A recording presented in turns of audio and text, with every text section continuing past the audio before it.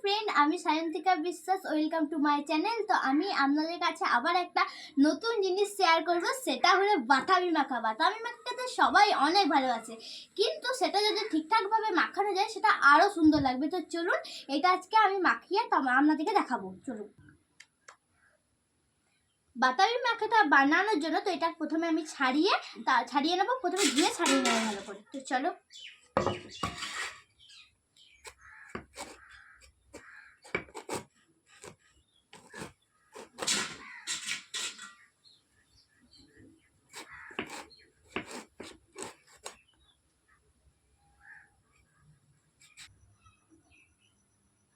তো দেখুন এই যে এইভাবে এগুলো ছাড়াতে হয়। এবারে আমি বাতাবিটা ছাড়িয়ে নেব। চলো,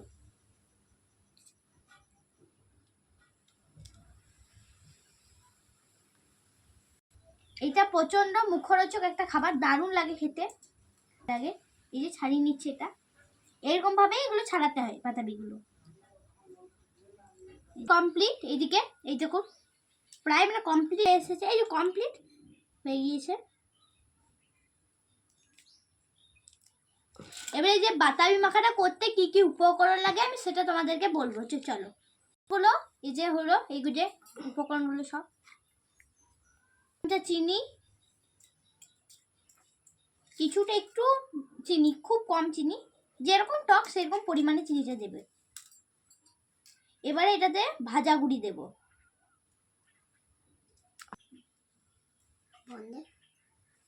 লবণ, এই যে লবণ,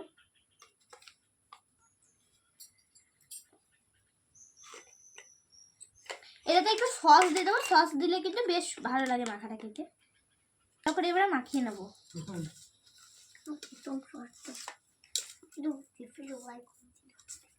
আমার এই যে মাখা পুরো কমপ্লিট। এবার এটা টেস্ট করে দেখবো কিরকম হয়েছে খেতে। চলো, দারুণ লাগছে, দারুণ দারুণ।